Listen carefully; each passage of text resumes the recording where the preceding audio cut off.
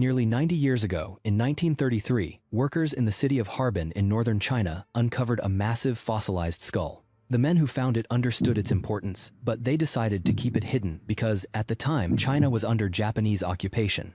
One of them wrapped the skull carefully and concealed it inside an abandoned well, so it would not fall into enemy hands. Decades later, just before passing away in 2018, that same man revealed the location of the skull to his grandson. Chinese researchers have since determined that this skull is at least 146,000 years old. It belonged to an ancient human species previously unknown to science, now referred to as Dragon Man, or Homo longi. The skull itself measures about 9 inches in length and more than 6 inches in width, making it much larger than that of modern humans. Its owner was a man who died around the age of 50, with a broad nose that likely allowed him to breathe more easily during intense physical activity. According to newly published studies, this individual had a powerful, muscular build, which would have been essential for surviving the harsh winters of northern China in prehistoric times. The researchers emphasize that the Harbin skull represents a fascinating blend of both ancient and modern traits. For example, it has large, square eye sockets, yet the overall shape of the skull is more delicate despite its size longer and lower than the rounded skulls of humans today. Using advanced computer software, the research team determined that this skull, along with several others discovered across China, forms an entirely new branch on the human family tree closer to modern humans than the Neanderthals. Not all scientists agree that the Harbin skull represents a brand new species. Professor Chris Stringer of London's Natural History Museum argues that it closely resembles another skull found in 1978, which was classified as Homo daliensis. Still, regardless of classification, many experts consider this one of the most important discoveries of the past 50 years. This vast temple complex and ceremonial center dates back to around 400 BCE. Located in northwestern Uzbekistan, the site was built by an ancient society known as the Khwarezmian dynasty, which ruled the region when it was still an oasis. The structures were arranged in a circular pattern around a central fortified building with 9 towers. Within the outer wall, measuring 285 feet across, there were numerous residential dwellings. Inside stood a smaller circular enclosure with a diameter of about 138 feet, which may once have served as the burial ground for leaders of the dynasty. Later additions included shrines and temples. The Khwarezmian dynasty was wealthy and prided itself on its mastery of architecture and engineering. Their elaborate irrigation systems allowed them to thrive in an arid region that otherwise could not sustain life. The buildings at this site differ from most Khwarezmian constructions, which were typically square or rectangular. Yet the reasons behind this unusual design choice remain unclear, leaving many mysteries unsolved. Excavations beginning in the 1950s uncovered a wealth of artifacts, including containers, jars, and plates carved with human faces, terracotta figurines of warriors, animals, and even mythical creatures. Around 200 BCE, the nomadic Apasiaka tribe destroyed the original temple complex. A fire later consumed the central shrine, erasing much of the early history of Kai Krillin Kala's first inhabitants. The settlement was rebuilt and remained in use until about 400 CE, after which it was abandoned once more. Today, the excavated portions of Kai Krillin Kala have suffered severe erosion from decades of exposure to the elements, as well as the removal of building materials by local residents. So far, our knowledge of this site is still limited, based only on what archaeologists have managed to uncover: a statue on Mars. Next comes something that may surprise many. Could Mars once have been home to followers of Buddhism? The Buddha on Mars is an idea that sounds both strange and captivating. When the Buddha was not busy founding a new religion, perhaps he was visiting extraterrestrial beings. A photograph taken by a Mars rover revealed what appears to be a statue of the Buddha etched into a crumbling cliffside, leaving viewers astonished. But is it truly a Buddha statue, or could it be the likeness of some mysterious alien deity? The image was first spotted by the community UFO Sightings Daily, pulled from the database of NASA's Jet Propulsion Laboratory. Once enlarged, it revealed the clear outline of a reclining Buddha. The resemblance to statues found here on Earth is striking. The Buddha once spoke of enlightenment. Perhaps he projected his spirit to Mars and was immortalized in stone by alien hands. But if that were true, where is that civilization now, and why has not a single trace of it survived? NASA scientists, however, dismiss the theory, insisting that Buddha is nothing more than a natural rock formation, much like how people see dragons in clouds drifting across the sky. Still, here is something even more unexpected. Evidence suggests that Mars once experienced a cataclysmic disaster, an event that may have wiped out all life on the red planet. But before we get to that, let's first explain why sunsets on Mars glow blue instead of red.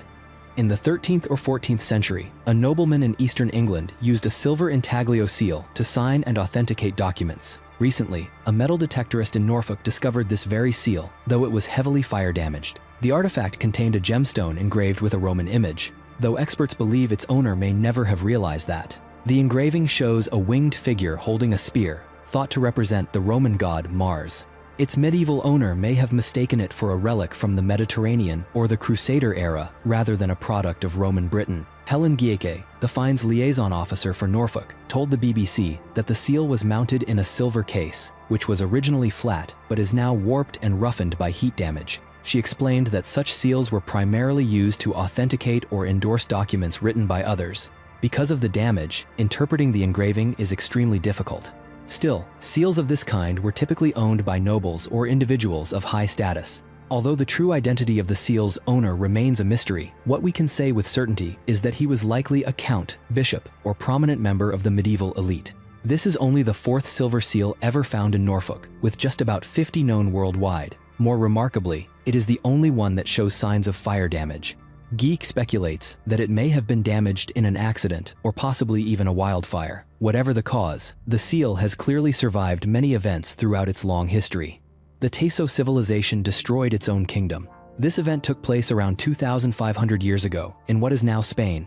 The capital city bore the same name as the civilization itself, Tartessos. First appearing in the 9th century BCE, Tartessos was a seaport described in ancient Greek texts as a legendary culture rich in resources and technology. They mastered shipbuilding and metallurgy, spreading their influence across southern Spain before suddenly vanishing without a trace. Tartessos is considered the first recorded civilization of the Western Mediterranean. But why and how did the Teso civilization burn itself to the ground? Excavations of the ancient capital between 2014 and 2018 revealed evidence of a massive fire that marked the end of this society. Some archaeologists believe the destruction may have followed a series of natural disasters, earthquakes, and tsunamis that devastated their coastal settlements. Whatever happened, the period of decline lasted no more than 50 years. All of their smaller towns were flattened, leaving only the capital standing. The exact cause remains unknown. But archaeological evidence suggests that the kingdom of Tartessos deliberately set its own city ablaze after a great feast, which included dozens of ritual animal sacrifices, horses, cattle, and dogs all gathered and slaughtered before the flames consumed everything. It seems they understood the end was near and chose to go out in one final blaze of grandeur. From that moment onward, the Tartessos civilization disappeared forever. In the year 2012, while excavating an ancient public latrine at the Palace of Fontainebleau on the outskirts of Paris, archaeologists were astonished to discover a golden hairpin buried in layers of centuries-old waste. The object, about 9 centimeters long, was crafted in gold and decorated with 2 interlocking C's in green and white enamel, a design and color scheme long associated with one of France's most famous 16th-century queens, Catherine de' Medici, who was renowned across Europe for her unmatched collection of extravagant jewelry. Catherine served as Queen of France from the year 1547 until 1559. Surviving pieces of her jewelry are extraordinarily rare today, which makes this discovery especially significant. What baffled researchers was the setting. How could such a royal treasure end up in a humble public latrine, a place where a queen would never have set foot? Several theories have been proposed. Perhaps the piece was stolen and accidentally dropped, or deliberately discarded to conceal evidence of theft. Still, archaeologists admit that they can only speculate. The true journey of this hairpin, from the royal palace to the bottom of a forgotten pit, remains an unsolved mystery. From the 13th to the 17th century, a prosperous city known as Tella stood in the far north of what is now Kruger National Park in South Africa. In the 1990s, archaeologists began excavating nearly 9 hectares of the site, uncovering stone walls built in circular formations on a hilltop. Anthropologist Lynn Meskel recorded in a 2007 study that Tella's society was sharply divided. Nobles lived atop the hill, while common residents occupied the slopes below. Around 1,000 people lived in the upper area, and nearly 2,000 more spread out across the lowlands. The name Tella was assigned by modern researchers. No one knows what the city was actually called by its ancient inhabitants. In the year 1983, a game ranger stumbled upon the ruins, but it was only after the fall of apartheid that large-scale excavations truly began. Artifacts reveal that Tella maintained an extensive trade network reaching far beyond Africa. Archaeologists uncovered shards of porcelain, glass beads, and imported goods from as far away as China, clear evidence of connections to North Africa, the Middle East, and even Asia. Among the excavated burials was a man and woman interred with golden necklaces, stone bracelets, and other precious ornaments, suggesting they may have been royalty. The people of Tila also produced intricate objects from copper, iron, and bronze, many resembling items found at Mapungubwe in northern South Africa and Great Zimbabwe in modern-day Zimbabwe. No one knows why the city was abandoned in the 17th century. A research report suggests that Portuguese influence and civil wars may have contributed to its decline, while the gradual drying of the land was likely another warning sign of the end of this once flourishing civilization. Mars is often called the Red Planet, but its sunsets tell a very different story. As the sun dips below the horizon, the planet's thin atmosphere glows a radiant blue, a striking contrast against the rusty red dust blanketing the Martian surface. Mars gives us pale turquoise sunsets unlike anything visible on Earth. The phenomenon is similar in principle to the way sunlight creates red, yellow, and orange skies on Earth. Sunlight contains a spectrum of wavelengths that the human eye perceives as colors. As light passes through the atmosphere, it scatters against particles and dust, producing brilliant sunsets. On Mars, however, the atmosphere works differently. Sunlight scatters in a way that floods the sky with certain wavelengths.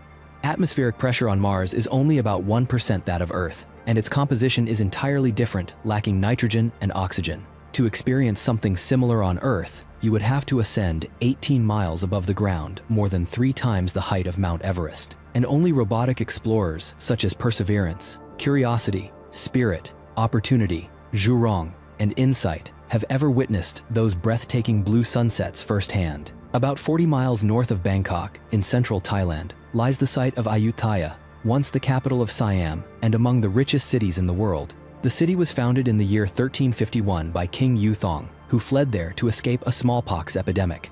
Strategically located on an island surrounded by 3 rivers flowing to the sea, Ayutthaya flourished from the 14th to the 18th century, becoming a global hub of diplomacy and trade. At its height, Ayutthaya boasted gilded temples, jewel-encrusted palaces, roads, canals, moats, and an advanced water management system. By the year 1600, its population had reached an estimated 300,000, and by the 18th century, it may have exceeded 1 million. The city's glory ended in the year 1767, when Burmese forces invaded, plundered, and set fire to Ayutthaya, causing the Kingdom of Siam to collapse and forcing its people to flee. Much of the city's wooden architecture was consumed by flames. Today, only about 50 stone monuments and temples survived the devastation. Now recognized as a UNESCO World Heritage Site, Ayutthaya's towering prangs and grand monasteries still stand as vivid reminders of the city's former magnificence. Now comes the most crucial part, the great Martian catastrophe I promised earlier. Just as the biblical flood is said to have swept away ancient civilizations on Earth, Mars too appears to have suffered a cataclysm. Data from orbiters and rovers strongly suggests the answer is yes. An event of staggering violence wiped out all life on the Red Planet. It was an extinction-level event on par with the age of the dinosaurs, though its exact cause remains uncertain. Some blame massive volcanic eruptions, others a colossal asteroid impact.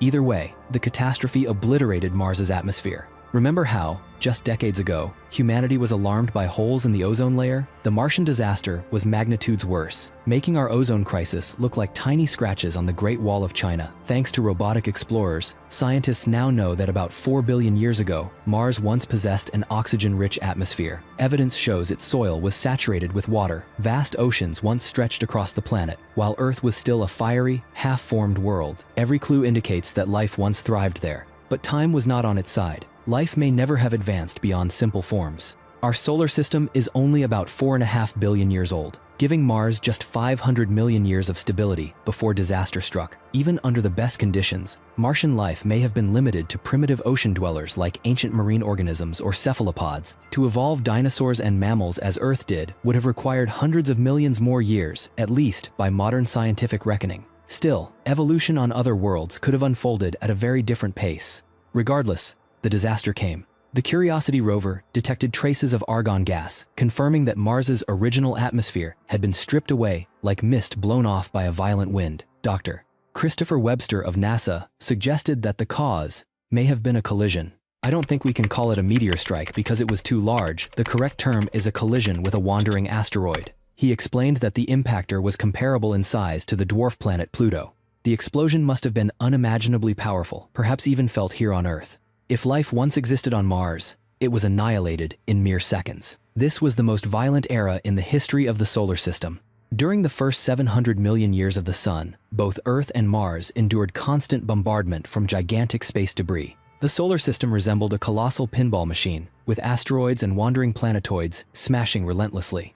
Venus, Mercury, and even our own moon bore the same scars. Scientists call this period the Late Heavy Bombardment. The ancient Sumerian city-state of Ur is famous for being mentioned in the Bible as the place Abraham departed before traveling to the land of Canaan. Yet few realize that Ur truly existed as a prosperous and influential trade center long before it was ever written into scripture. Founded around 3,800 years before the Common Era, or perhaps even earlier in what is now Iraq, this once mighty port city on the Persian Gulf reached a peak population of nearly 80,000 people. Ur remained continuously inhabited until about 450 years before the Common Era, when climate change and overuse of the land's resources drove its people northward toward more fertile regions. The ruins of Ur were rediscovered in 1625, when an Italian explorer passing through the area found bricks and artifacts inscribed with strange markings. At that time, the ancient city lay buried under layers of sand. In 1922, British archaeologist Sir Leonard Woolley began excavations at Ur, uncovering ruins largely reduced to heaps of rubble. The most prominent surviving structure was a partially restored ziggurat, excavated during the 1930s. Originally constructed in the 21st century before the Common Era, it was rebuilt in the 6th century before the Common Era by Nabonidus, the last king of Babylon. Over time, the shoreline shifted, and today Ur's remains lie far inland, whereas in its prime, the city stood close to the sea and the mouth of the Euphrates River. Although the ruins shed light on ancient Sumerian culture, our knowledge is still limited, based solely on the artifacts and structures left behind, leaving Ur a mystery not yet fully solved. In May of this year, archaeologists reported the discovery of 17 decapitated bodies at 3 Roman cemeteries in Cambridgeshire, England, an unusually high number. The headless remains, dating back about 1,700 years, were found among 52 graves at Nobbs Farm. The victims included 9 men and 8 women, all over the age of 25 at the time of their deaths. A recently published study describes how some of them were executed while kneeling. In many cases, their severed heads were placed between their legs, and the empty spaces where their skulls should have been were filled with pottery. Some were even buried face down. The excavation team believes these individuals were executed for breaking Roman law during the 3rd and 4th centuries. At that time, capital offenses multiplied and punishments became increasingly severe. Evidence suggests the area may have functioned as a supply hub, where offenders were punished swiftly and decisively. According to the study, the number of capital crimes rose from 14 to 60 between the early 3rd century and the death of Emperor Constantine in 337 after the Common Era. The same period also saw widespread civil wars as rival leaders vied for power, while barbarian invasions grew more frequent. Despite their executions, some of the individuals were buried with valuable grave goods, indicating a level of respect. Families were even required to reclaim their bodies. Lead archaeologist Isabel Lisboa argued that they may not have been slaves, since slaves were rarely given proper burials. Not all experts agree. Professor Simon Cleary of the University of Birmingham noted that if stricter Roman laws truly explained the rise in beheadings, such cemeteries should be common across the empire. Yet, decapitated graves are found primarily in Britain, suggesting the practice may have served as a local deterrent in a distant province where imperial law was difficult to enforce. During recent excavations beneath the historic Haydarpaşa railway station in Istanbul, archaeologists uncovered the remains of a mysterious structure believed to date back to the 3rd century before the Common Era.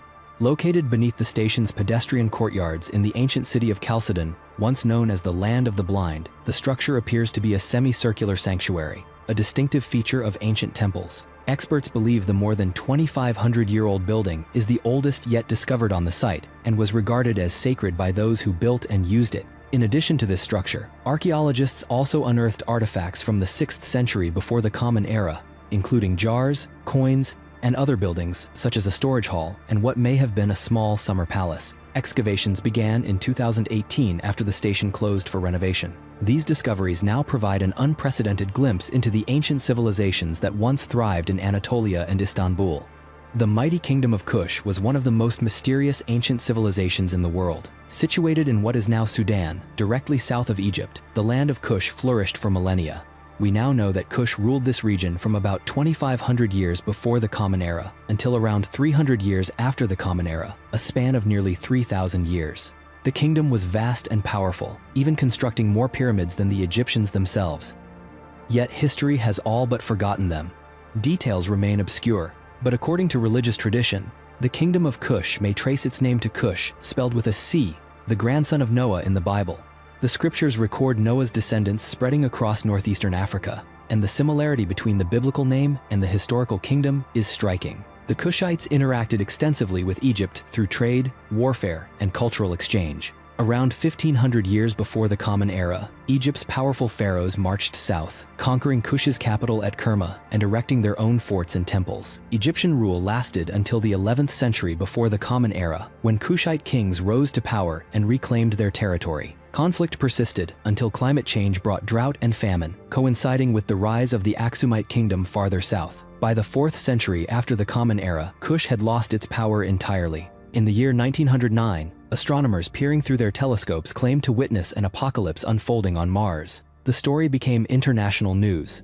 An article in the New York Times that year described a catastrophic event devastating the red planet. The reason for their conclusion was the observation of a strange yellow haze spreading across Mars, resembling clouds of poisonous mustard gas. American astronomer Peral Lell also reported the phenomenon, believing he saw canals built by an intelligent species. Half the scientific community was convinced that volcanic activity was destroying Martian civilization in real time. People gathered on balconies, looking through telescopes and imagining they were witnessing the collapse of another world. Today, that theory has long since been dismissed, though Peral Lell remains recognized as one of the founders of modern astronomy. Yet the true cause of the mysterious yellow cloud that shrouded Mars more than a century ago is still an unsolved riddle. In the year 2016, while monitoring the thaw of permafrost on the Gaidan Peninsula in Siberia, a team of scientists unexpectedly discovered a fragment of a medieval bronze cup originating from the land that is now Iran. Speaking to the Siberian Times, researcher Andrei Gusev explained that Persian artifacts had previously been found in western Siberia, but never this far north, well beyond the Arctic Circle. Alongside the cup fragment, the team also uncovered a ceramic vessel and the bronze handle of a knife. They believe the cup was crafted in the 10th or 11th century and brought to Siberia about 2 centuries later. Found more than 3,700 kilometers from its place of origin, the artifact stands as vivid proof of the vast trade networks that once existed in a world without modern technology. By the 6th and 7th centuries, Asian merchants had already reached the upper Kama region of what is now Russia. The local Khanty and Mansi peoples placed great value on imported Persian goods, treating them as sacred, storing them in temples, and offering them to the gods. During festivals, they even used Persian bowls and plates to present food to their deities. With the thawing of the permafrost, it is entirely possible that many similar artifacts will gradually emerge, a rare but remarkable side effect of global climate change. Hay Alil in Yemen is a land without rivers or lakes, where the only water comes from seasonal valleys known as wats, streams that appear and vanish with the seasons. Over time, communities built towns and villages high on rocky cliffs to make the most of this precious resource. One such village, Hay al-Jazil, sits in the heart of Wadi Hadramaut, perched atop a massive rock rising 328 feet above a barren valley below. Yet visitors are warned not to stand too close to the edge. This remarkable village has existed for at least 5,000 years, its narrow streets lined with houses built of mud brick. Though primitive in appearance, these mud brick structures are surprisingly adaptable, keeping interiors cool during the searing heat. Today, only 17 people remain, 10 of them belonging to a single family, and the village has no school, hospital, or store. Out of 45 houses, only about 30% are still habitable, the rest severely damaged by heavy rains, erosion, and neglect. Hay al-Jazil is extremely isolated. The treacherous road leading there can be traveled only by off-road vehicles, and the nearest hospital lies an hour's drive away. Visitors must leave their cars at the base of the mountain and walk up a cobbled path. One resident noted that life in the village has improved over time, with electricity supplied daily from 6 in the evening until 5 in the morning and access to clean water. He hopes that if the roads are repaired and widened, more people will return to live in this extraordinary settlement. A groundbreaking archaeological discovery has unexpectedly connected ancient Chinese civilization with a modern-day video game. A clay figurine thousands of years old was found bearing a striking resemblance to the green pig from Angry Birds. Could the creators of Angry Birds have drawn inspiration from ancient China? No one knows, but the coincidence is difficult to ignore. Archaeologists uncovered the figurine near the site of Sangxingdui, one of China's most mysterious archaeological locations. They noted that pig-shaped clay figures were common during the Shang dynasty, from 1600 to 1046 years before the Common Era. Since pigs were domesticated livestock, small figurines were often made to represent them, and the likeness to the Angry Birds pig may simply be coincidence. Yet, the strangeness does not stop with these whimsical statues. Not far from the village lies the Sangxingdui site, where some of the world's most unusual treasures have been unearthed. Among them are giant bronze heads with faces resembling extraterrestrials, some of which can be seen today at the Hong Kong Palace Museum. At a glance, they might be mistaken for Aztec art with their Mesoamerican appearance, but they are, in fact, entirely Chinese. Dating back about 3,000 years, the masks were likely created by the Shu Kingdom, a realm once thought to be mythical, until Sanxingdui was accidentally discovered by a farmer in the 1920s. Science has since confirmed that the Shu Kingdom was real, ruling the Chengdu Plain from roughly 4,800 to 2,800 years ago. The oddities continue. Archaeologists have also found small figurines resembling the lizard-like Ubaid statues of Iraq, though with features even more alien than reptilian. The Sangxingdui artifacts predate the famous terracotta army of Emperor Qin Shi Huang by at least 1,000 years. To this day, no one knows what the statues represent, or why the Shu Kingdom created such enormous and unusual masks. The culture vanished around 800 years before the Common Era, leaving Sangxingdui as a ghost city in a forgotten land. Excavations at the site of Kalkreis in Germany recently revealed a fully intact suit of Roman armor, once belonging to a soldier of the empire. According to the museum director, it is the oldest and most complete Roman armor ever discovered, making this find both tragic and extraordinary. The armor almost certainly belonged to a soldier killed in the infamous Battle of the Teutoburg Forest. That clash was less a battle than a massacre, when 3 Roman legions marching through the woods were ambushed by Germanic warriors. It remains one of Rome's greatest military disasters. 15,000 soldiers slaughtered in a matter of days.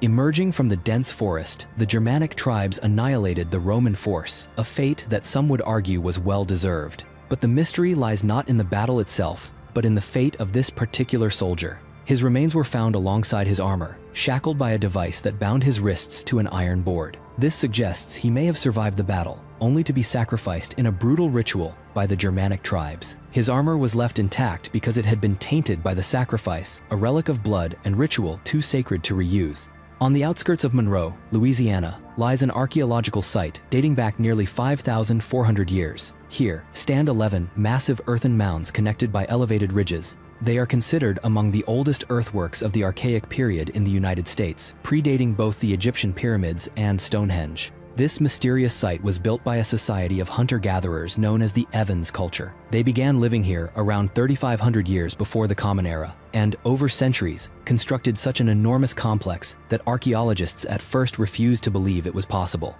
According to archaeologist Diana Greenlee of the University of Louisiana, no one imagined that primitive foragers could be so organized or capable of creating such complex works. These people lived by hunting, fishing, and harvesting wild resources, yet they also raised monumental mounds, some towering more than 25 feet high. The Evans culture spent nearly 7 centuries completing their mounds, making it one of the longest construction projects in human history. And yet, the true purpose of these mounds remains unknown.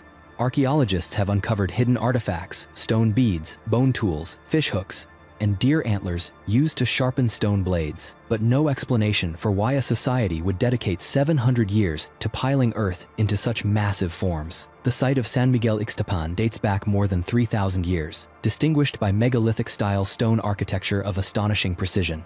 The slabs found here are not the largest in size, yet their craftsmanship is so refined that it seems impossible a pre-Columbian culture could have achieved it. The sharp angles and clean lines appear as if cut by modern machinery. San Miguel Ixtapan is one of the few excavated archaeological sites in the southwestern region of Mexico. Until recently, almost nothing was known about this area, other than its role as a corridor linking the Central Highlands with the Michoacan culture. The city flourished between 750 and 900 years after the Common Era, before being mysteriously abandoned around the year 1200. Yet, many structures here date back thousands of years earlier. Intriguingly, archaeologists discovered that numerous finely carved slabs had been incorporated into the walls of a colonial-era church in the modern town of San Miguel. It is clear the Spanish dismantled the ancient ruins, repurposing the stones for new construction. Their surfaces, finished so flawlessly they seem almost laser-cut, hint at the existence of a once advanced civilization, though the identity of its builders remains entirely unknown. Scientists believe they may have uncovered evidence of an entirely new human species. In truth, the discovery first occurred nearly 90 years ago, and the person who found it was not a scientist at all, but a Chinese construction worker. While digging, he unearthed a human fossil, dating back 146,000 years, a nearly intact skull. For almost 90 years, no one knew exactly which species had once possessed it. The mystery endured in silence. When the skull was discovered in 1933, the area was under Japanese occupation. The worker found it while building a bridge, and fearing it might be a priceless cultural relic, he secretly took it home. There, he hid it deep at the bottom of his family's well, keeping the secret almost to his death. Only in his final years did he reveal the truth, allowing his family to retrieve the skull and hand it over to scientists. Analyzed with modern forensic technology, the skull was determined to belong to a human species previously unknown. According to the Chinese Academy of Sciences, it is one of the most complete human skulls ever found. The being who once carried this ancient head has been nicknamed Dragon Man, in part because it is among the largest skulls of any human species known. Scientists believe it may represent a sister group to Homo sapiens, very similar to modern humans, but bearing more primitive traits. In Guanajuato, Mexico, lies Cañada de la Virgen, meaning Valley of the Virgin, an ancient city first excavated in 2002 and opened to the public in 2011.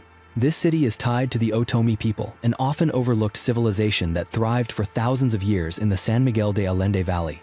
They built Cañada de la Virgen shortly after the decline of Teotihuacan, the powerful central Mexican civilization.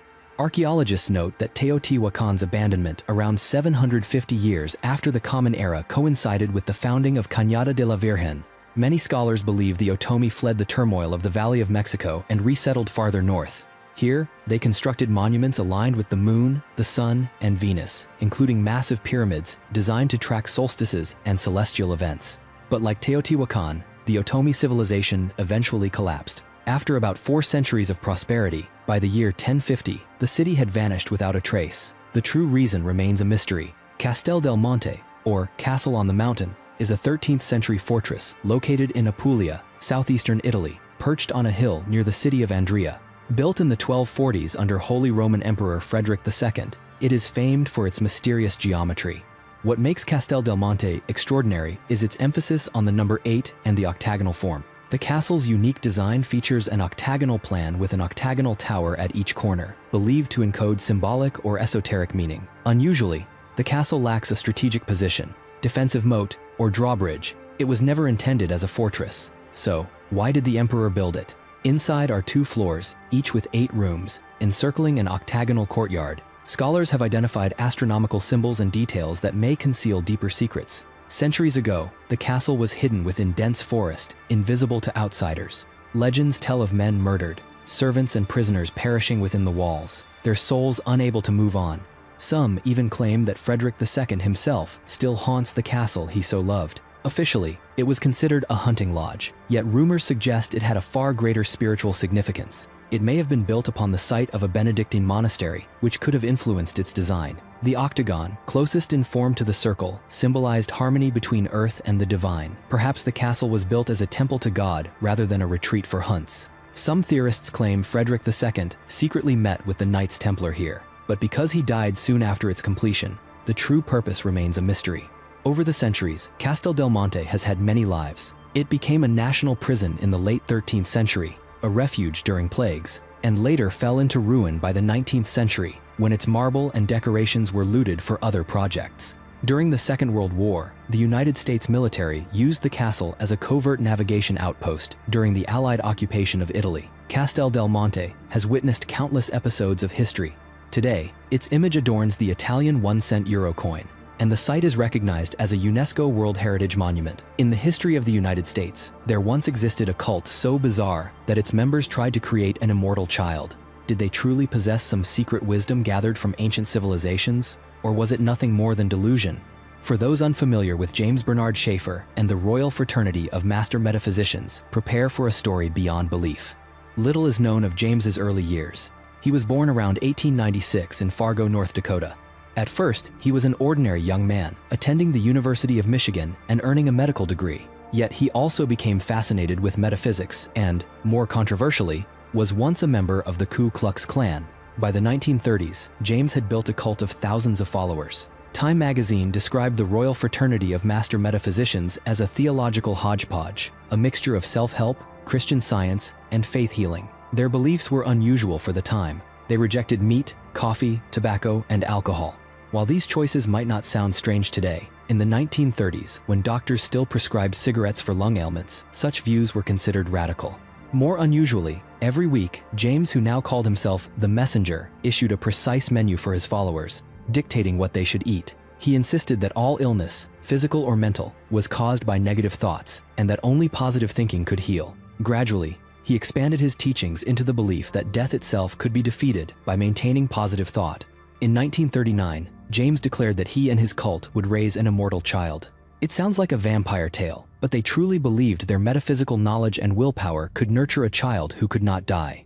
The chosen infant was Jean, the daughter of Catherine Gaughan, a poor mother unable to care for her. She entrusted Jean to James. Jean was taken to a Long Island mansion that James called Peace Haven. There, her diet was strictly regulated, and every member of the cult ensured that she was surrounded only by positive words and cheerful thoughts, shielded entirely from negativity. No one knows the outcome, for the experiment was never completed. After 15 months, Catherine demanded her daughter back. The project collapsed, and not long afterward, James was indicted for fraud and sent to Sing Sing prison. Without its leader, the cult dissolved. Years later, in 1955, James was found dead in his car from carbon monoxide poisoning. As of 2002, Jean was still alive and well, with a family of her own, though she never once spoke publicly about her bizarre childhood in the cult. Whether she ever truly became immortal remains a mystery. In Iran, archaeologists recently uncovered the remains of a prehistoric military fortress at Tepe-Revi in North Khorasan province. The stronghold dates back about 2,700 years, to the time when this land was under the rule of the Median Empire. Yet the Medes remain so mysterious that even today, many people question whether their empire was real or simply legend. The Medes once occupied a region called Media, stretching across mountains from Iran to Mesopotamia. They emerged sometime in the 8th century before the Common Era, though their exact origins remain unknown. Their capital was the city of Ecbatana, today's Hamadan, which itself is a source of intrigue. The ancient city of Ecbatana lies completely buried beneath the modern settlement and has never been excavated. This means everything scholars wish to know about the Median Empire still lies hidden under layers of homes, streets, and neighborhoods. The discovery of this military fortress strengthens the argument that the Medes truly possessed an organized government and powerful army. But what became of them after 625 years before the Common Era remains an unanswered question. The Mughal Empire lasted for only about 3 centuries, yet it was one of the most significant kingdoms in Indian history. By the year 1650, it stood as a leading power of the Islamic world, alongside the Ottoman Empire and Persia's rising Safavid Empire. By 1690, the Mughals controlled nearly all of India, ruling over a population of about 160 million. Their system of governance was modeled on the principles established by the legendary Mongol leader Genghis Khan. This is no surprise, since the empire was founded by the Prince Babur, who was a descendant of Genghis Khan through his mother. In 1526, Babur conquered northern India, defeating Sultan Ibrahim Shah Lodi, and established Mughal dominance across the subcontinent. The Mughals would go on to build the Taj Mahal, a global icon that still attracts millions of visitors. After the death of Emperor Shah Jahan's wife in 1627, the Taj Mahal was commissioned as her memorial tomb, completed after nearly 22 years of labor. But like all empires, the Mughal dynasty eventually declined. In 1672, a massive uprising shook its foundations. The rulers lost power and gradually surrendered territories, such as present-day Afghanistan. By 1707, the British had arrived, signaling the end of this once mighty empire. In the summer of last year, archaeologists uncovered the remains of a Roman-era theater in the ancient city of Masara, in what is now Aydın province, Turkey. Nearly 1,800 years old, the structure once held around 20,000 spectators, though much of it now lies buried underground. According to project leader Mehmet Umut Tuner, the team identified massive stone walls protruding from the earth and began excavations to preserve the site against the elements. They determined that the arena was built around the year 200 after the Common Era. The structure was erected during the Severan dynasty, which lasted from 193 to 235 after the Common Era, spanning 5 emperors. Remarkably well preserved, the site still retains its seating tiers, boundary walls, and gladiatorial arena floor. Smaller than the Colosseum, the arena boasted walls 82 feet high and a central battleground measuring 131 by 98 feet. Masara prospered under Roman administration, benefiting from economic management and thriving trade. Studies reveal a sharp increase in the diversity and volume of coins minted in Masara, reflecting its wealth. The arena itself hosted bloody clashes between gladiators and wild beasts, where citizens wagered on the outcomes. Wealthier attendees enjoyed private viewing rooms, while gladiators waited in holding chambers inside the structure. This is the only known theater of its kind in Anatolia, drawing spectators from nearby cities. Excavations now focus on cleaning, conservation, and geophysical surveys to understand what still lies beneath. Few would expect that less than half an hour from downtown Seattle, on Bainbridge Island, lies a site with an atmosphere altogether different. This is Hall's Hill Lookout, a place at once ancient and mystical, overlooking Puget Sound.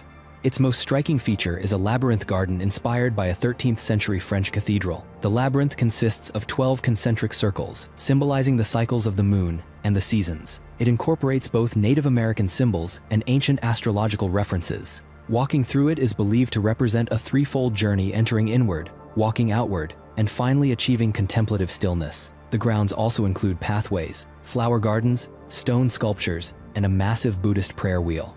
When spun 9 times, it strikes a bell weighing more than 230 kilograms. Though created in modern times by Portland artist Jeffrey Bale, Hall's Hill Lookout exudes a timeless aura, blending Native American traditions with medieval European style. The result is a unique place where people can connect the past with the spirit here in the Pacific Northwest. Until recently, archaeologists and anthropologists believed that the first ancestors of Native Americans migrated from Japan. Specifically, they thought the earliest settlers of North America were descended from the Jomon people, who lived in Japan about 15,000 years ago. This was the same era in which migrations were believed to occur across the Bering Land Bridge, though the precise timing has long been debated.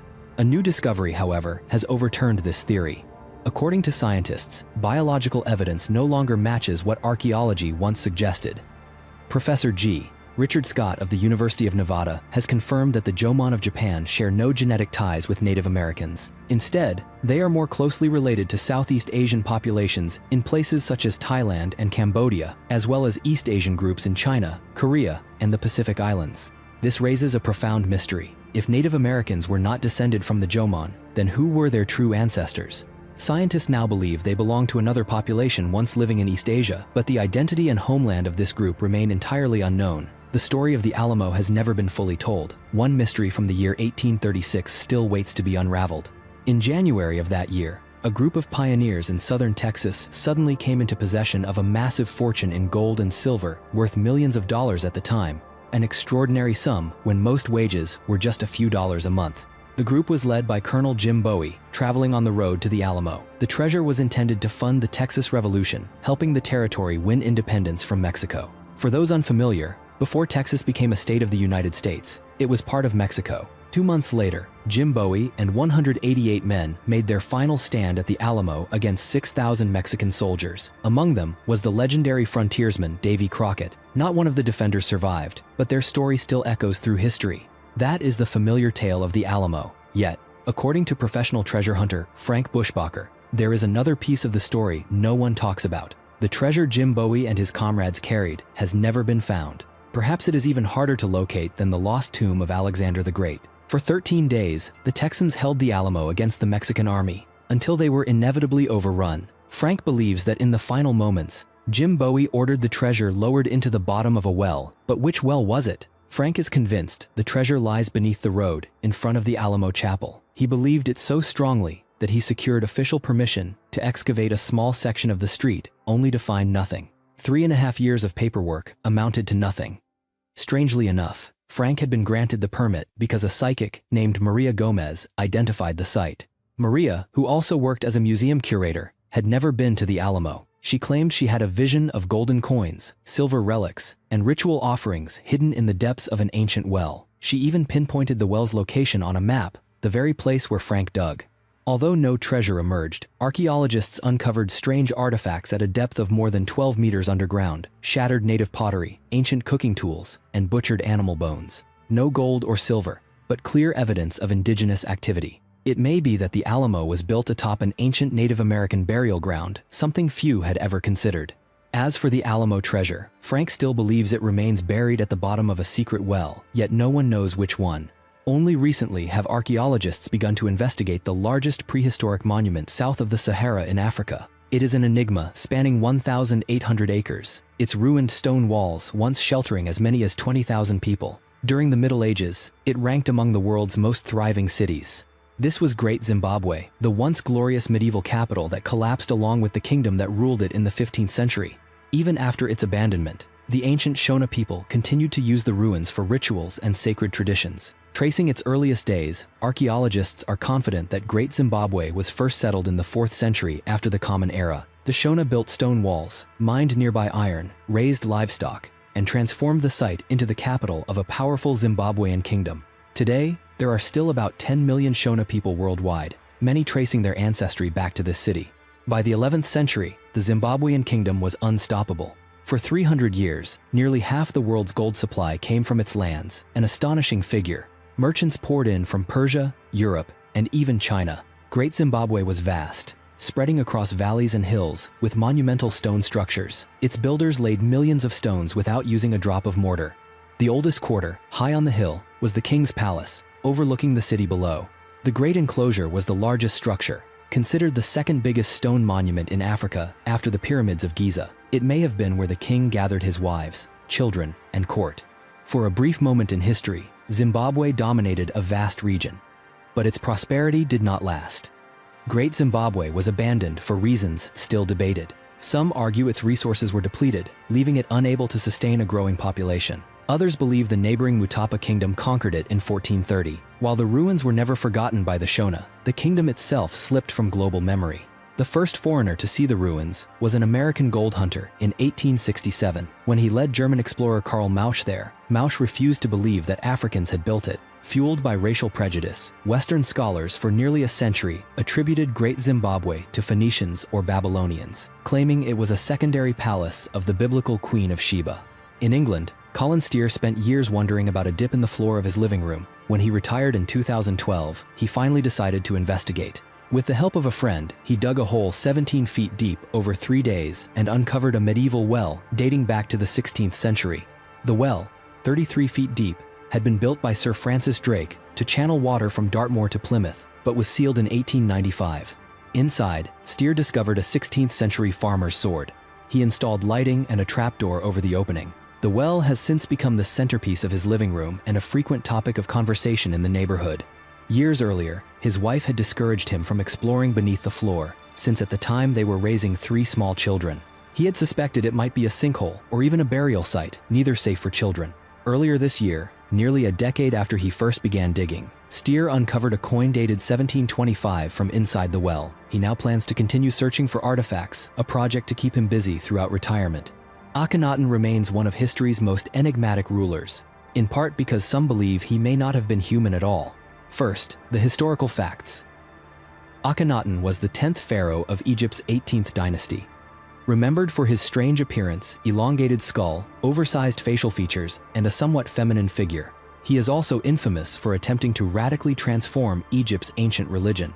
He moved the capital from Thebes to Amarna and established a new cult devoted solely to Aten, the solar disk, as a manifestation of Ra, abandoning all other traditional deities. The changes unsettled society, sparking widespread unrest.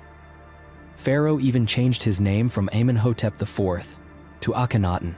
He ruled for 17 years, disrupting Egyptian religion and society until his death. When his son Tutankhamun came to power, the old traditions were swiftly restored and the Aten cult erased. The theory that Akhenaten was an alien stems from his peculiar appearance. In carvings and statues, he resembles modern depictions of extraterrestrials: a thin body, protruding stomach, oversized eyes dominating the face, and an abnormally large head. Legends even tell of a pendant depicting Akhenaten with an unidentified flying object hovering above. Strange artifacts have been found in connection with this pharaoh, fueling speculation that he was linked at the very least to an otherworldly civilization. In Newfoundland, Canada, archaeologists recently discovered what may be the oldest English coin ever found in the country. William Gilbert, lead archaeologist, confirmed that the small silver piece was minted between 1493 and 1499 during the reign of King Henry VII. It was a half-groat, about the size of a modern 5-cent piece, struck in Canterbury, England. The coin was unearthed at the historic site of Cupid's Cove Plantation, one of the earliest English settlements in North America, founded by merchant John Guy in 1610. That the oldest coin was found at the oldest colony is fitting, but what makes it unusual is that the coin predates the settlement by over a century. The next oldest coin found at the site dates to 1560. What happened in the mysterious gap of more than 100 years between the two coins remains unanswered. In early 2018, archaeologists announced the discovery of a ceremonial banquet hall and numerous artifacts, including human remains belonging to the mysterious Moche culture of Peru. The ruins, about 1,500 years old, consist of 5 adobe pyramid-like structures built on raised terraces, along with 2 rooms, one serving as a banquet hall and the other for meetings. Chief archaeologist Walter Alva told National Geographic that Moche kings used the complex to host festivals and special rituals. The banquet hall was decorated with murals stretching 32 feet, depicting sea lions, fish, and other marine life. 2 thrones faced one another, one for the king, the other, placed lower, for the person presenting offerings. Clearly, the complex was intended for gatherings of the Moche elite. It provides the first physical evidence for such events, previously known only through Moche art. At some point, the structures were partly dismantled, covered over, and abandoned for reasons unknown. The collapse of the powerful Moche civilization around the year 700 after the Common Era remains a mystery. El Niño may have triggered massive floods from the nearby Sanya River, with extreme weather perhaps marking the beginning of their downfall. Yet the true cause of their disappearance is still uncertain. Last year, the United States Fish and Wildlife Service purchased 2,600 acres of land on Maryland's eastern shore for conservation. Known as Peter's Neck, the property became part of the Blackwater National Wildlife Refuge, which has already lost more than 5,000 acres to rising sea levels since its founding in 1933. However, this tract is expected to remain above sea level until at least the year 2100. Officials also suspected the land might once have been the home of Harriet Tubman's father, Ben Ross, and that has now been confirmed. In late April, archaeologists announced the discovery of the site, located near the Harriet Tubman Underground Railroad Visitor Center. The 10-acre parcel had once been granted to Ben Ross by slaveholder Anthony Thompson. According to Thompson's will, Ross received both freedom and land in the 1840s, 5 years after Thompson's death. It was here that young Harriet Tubman, then still called Araminta Ross, learned crucial navigation skills that she would later use to escape slavery and guide others to freedom along the Underground Railroad. A team of archaeologists began excavations in November.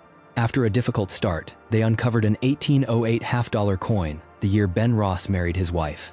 Though the house's foundations were gone, the team recovered numerous 19th-century artifacts, including nails, bricks, glass, dish fragments, pottery, and buttons, pinpointing the exact location of Ross's former home. The discovery came just in time. While the land is not expected to flood for many decades, climate change could eventually turn it into marshland. The Grand Duchy of Lithuania was once one of the most formidable powers in Eastern Europe, from the 14th to the 16th centuries. Before that, Lithuania was merely a loose federation of tribes. When the German Teutonic and Livonian Knights emerged as a threat, the Lithuanian tribes united into a duchy. Consolidation was essential to withstand the Knights and their allies, who had already conquered much of Russian territory and pushed as far as the Baltic and Black Seas. Lithuania held its ground against the Germans until the late 16th century. At that point, it sought help from Poland. The Polish king agreed to defend Lithuania, but only if the duchy merged with Poland. The two nations formed a union, with Lithuania adopting Polish culture and language, effectively becoming part of Poland. This union lasted from 1569 until the late 18th century, when the Russian Empire annexed Lithuania. The nation only regained independence in the 1990s.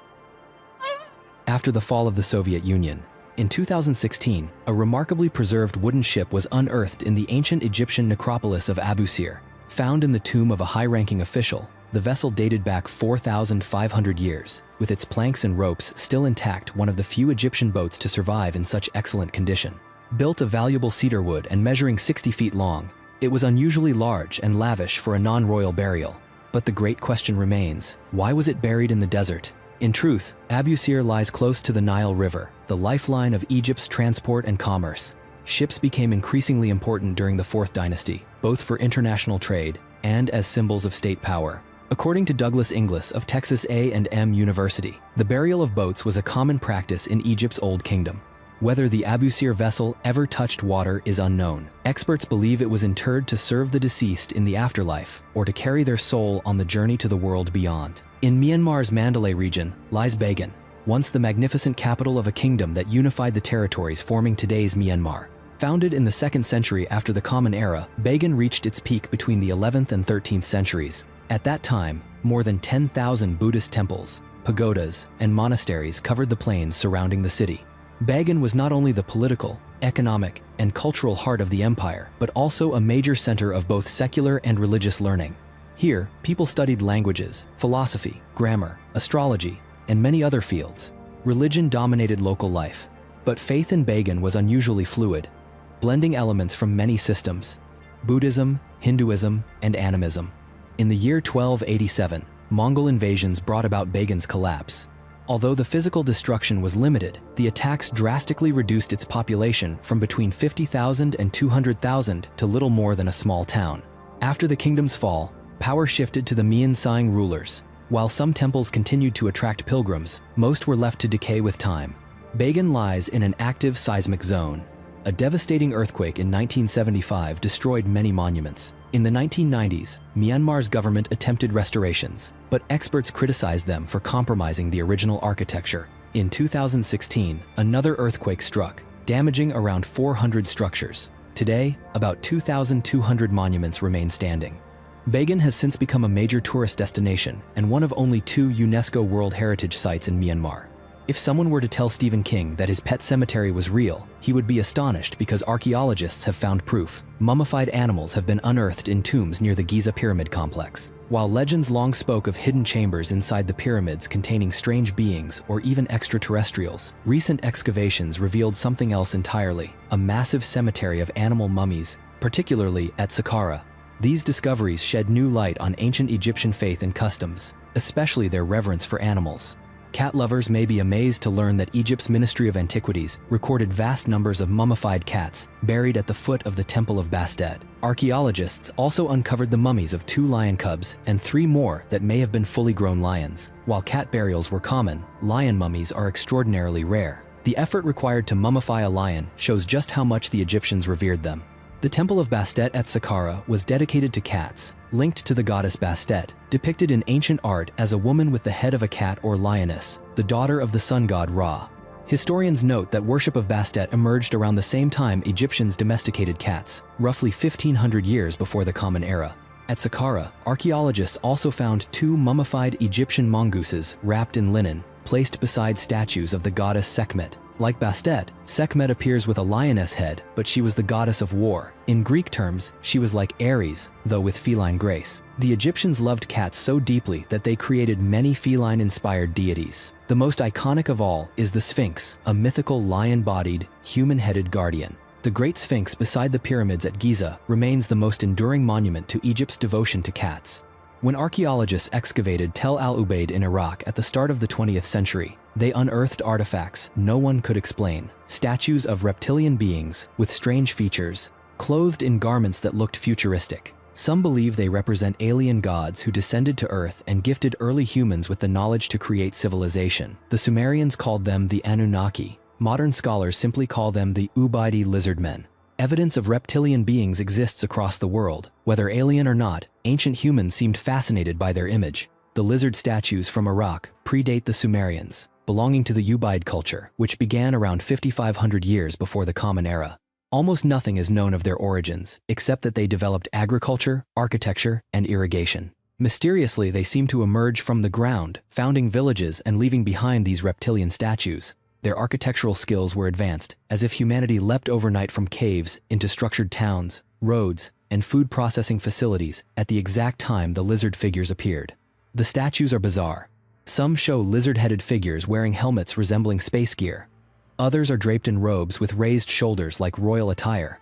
Some even depict women holding lizard babies. They look like ordinary men and women except for their reptilian heads. Many also feature elongated skulls, much like the cranial deformations seen in ancient Paracas of Peru and among Egyptians who reshaped skulls into conical forms. The Maya also practiced skull elongation, perhaps imitating the lizard people. Across cultures, elongated skulls symbolized power and royal status. The practice may have originated from these reptilian archetypes, figures believed to have brought civilization itself. Some Native American tribes also reshape skulls, despite having no contact with Sumerians. Similar mysteries appear in Sierra Leone, where the enigmatic Nomoli figures statues with reptilian features were discovered, carved by an unknown civilization centuries ago, perhaps during the medieval era. So, what was the truth behind these ancient reptilian beings? Few know that giants were once said to live on Catalina Island off California's coast. Legends describe them as tall, fair-skinned, and blue-eyed. Catalina lies about 22 miles from Los Angeles. Around 7,000 years before the Common Era, the Gabrielino people lived there. In 1542, the Spanish arrived, followed by Mexican and later American rule. In 1896, the Glidden family settled on the island. Their young son, Ralph, discovered a buried skull in the sand. From then on, he obsessively excavated Catalina, and between 1919 and 1928, he uncovered 800 graves and twice as many artifacts. Ralph sold bones and relics to museums and private collectors. Buyers were eager, because some skeletons were gigantic, over 9 feet tall. But the bones crumbled into dust at the slightest touch, like vampires disintegrating in sunlight. Other researchers also reported giant skeletons on the island, only to see them turn to powder. Ralph claimed evidence of a race of fair-skinned giants living there 3,000 years ago. He even found a giant girl's skeleton, surrounded by 64 children's remains, as if sacrificed in her honor. Nearby Santa Rosa Island also yielded giant bones in 1959. Some skulls had double rows of teeth and 6 fingers and toes. These were not merely tall humans, they seemed like another species altogether. In 1913, German naturalist A.W. Furstenan unearthed a skeleton over 8 feet tall on Catalina. He recorded legends of a giant race inhabiting California's coastal islands long before Europeans arrived. So many giant bones were reported, yet none remain today. Were they deliberately destroyed, or did they mysteriously turn to dust? The fate of California's giants remains unknown. In 2005, an undiscovered tomb was found in Egypt's Valley of the Kings. The first since Tutankhamun's was unearthed in 1922.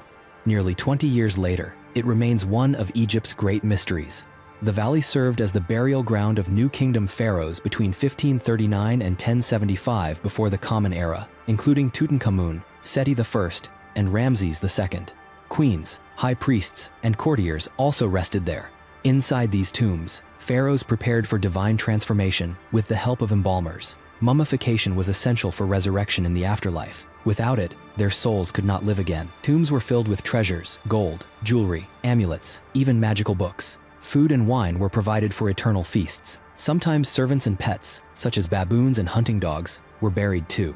By 1922, more than 62 tombs had been found. Then in 2005, archaeologist Otto Schaden discovered another, just 50 feet from Tutankhamun's Nair. But inside were only empty coffins and faded flowers robbed long ago, centuries before the 21st century. To this day, no one knows who was buried there, or if anyone was at all. Like most ancient tombs, it had been looted millennia earlier. As far back as 60 years before the Common Era, Greek historian Diodorus Siculus lamented, "We found nothing but traces of plunder and destruction." Australian Aboriginal people have used boomerangs for at least 20,000 years. Evidence lies in cave paintings depicting them, dated that far back. The oldest surviving wooden boomerangs are only about 10,000 years old, since wood rarely lasts longer. Recently, 2 staffers from South Australia's Parks and Wildlife Service unearthed 4 boomerangs from the dry bed of a creek during drought. They were 400 years old, yet astonishingly well preserved. But none were designed to return when thrown. Unlike the popular image of a boomerang curving back, these flew straight. Why would anyone craft non-returning boomerangs? The truth is, boomerangs were multi-purpose. They served as hunting weapons, tools, ritual objects, even digging implements. Some may have been clubs or hammers. To this day, no one knows exactly why these 4 were built not to return. Passetto di Borgo may sound like an Italian dish, but it is one of the most famous escape routes in history. Hidden within Vatican walls, it saved a pope's life during Rome's darkest hour. On May 6, 1527, an army of 35,000 mercenaries stormed Rome. Pope Clement VII was trapped in St. Peter's Basilica, defended only by a small militia and his Swiss guard. As battle raged, the guards made a last stand on the church steps while the Pope slipped away through the secret passage, the Passetto. The corridor stretched more than 800 meters to Castel Sant'Angelo fortress. Thanks to it, the Pope lived, but Rome was devastated. Of 189 Swiss guards, only 42 survived. The city's population fell from 55,000 to barely 10,000 within months. Clement himself was imprisoned in the fortress until ransomed, disguised as a peddler to escape. The Passetto was first built in the 9th century, then expanded by Pope Alexander VI in 1492. He too once fled through it. After centuries of neglect, it was restored in 2000 for the Jubilee year. Today, visitors may walk its length each summer, though Swiss guards still hold the keys should a pope ever need to flee again. Every May 6th, The Vatican honors the guards who gave their lives that day in 1527. In northern Bulgaria, the Transfiguration Monastery hides a strange secret, a green iron door at the hillside's base, leading into a mysterious tunnel. The monastery is eerie enough, its cracked walls, old gravestones, and crypts. In winter, when leaves fall, the green door becomes visible. Beyond it lies a tunnel, stretching 200 feet before ending in a collapse. What lies beyond the rubble remains unknown. The walls are sturdy, with no signs of vandalism, only traces of campfires and torn engineering manuals burned as kindling. Yet nothing explains who built it or why. Founded in 1825, the monastery endured disasters, including a boulder crash in 1991. Today, its walls blaze with frescoes of demons, tormenting sinners. Did the tunnel once lead the damned below, or serve some entirely different purpose? In Colombia, Piedra de Jujuá is known as the most mysterious mountain in the Americas. Each week, thousands flock there to watch UFOs drawn to its summit. Near Bogotá, the mountain was sacred to the Muisca people, who offered gifts and lives in sacrifice. Blood soaked its slopes, from rituals to warriors who died fighting Spanish invaders. Locals believe such tragic energy still fuels the mountain's power. Engineer William Chavez Ariza has studied its phenomena for more than 30 years. He claims to have seen glowing discs circling its peak, as if pulled by invisible force. To locals, Piedra de Jujuá is both holy ground and a gateway to cosmic mysteries. Karakoto, the Black City, is a ruined fortress in western Inner Mongolia, China. Founded in 1032, it once thrived as a hub of religion, art, and Silk Road trade.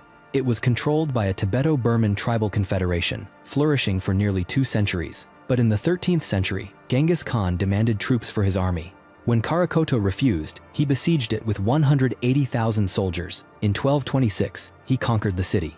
Though its people were slaughtered, the city continued under Mongol rule until the 14th century. Yet its location was dire. In every direction, 40 days' journey lay only desert. It was a city in the void, with no natural water supply. By the 14th century, Ming forces attacked, cutting off water caravans. The Black City collapsed, swallowed by sand, and vanished until rediscovered in the 20th century. If you found these mysterious stories fascinating, let us know your thoughts in the comments below, and don't forget to subscribe to the channel so you won't miss any of our upcoming discoveries. We'll see you in the next video.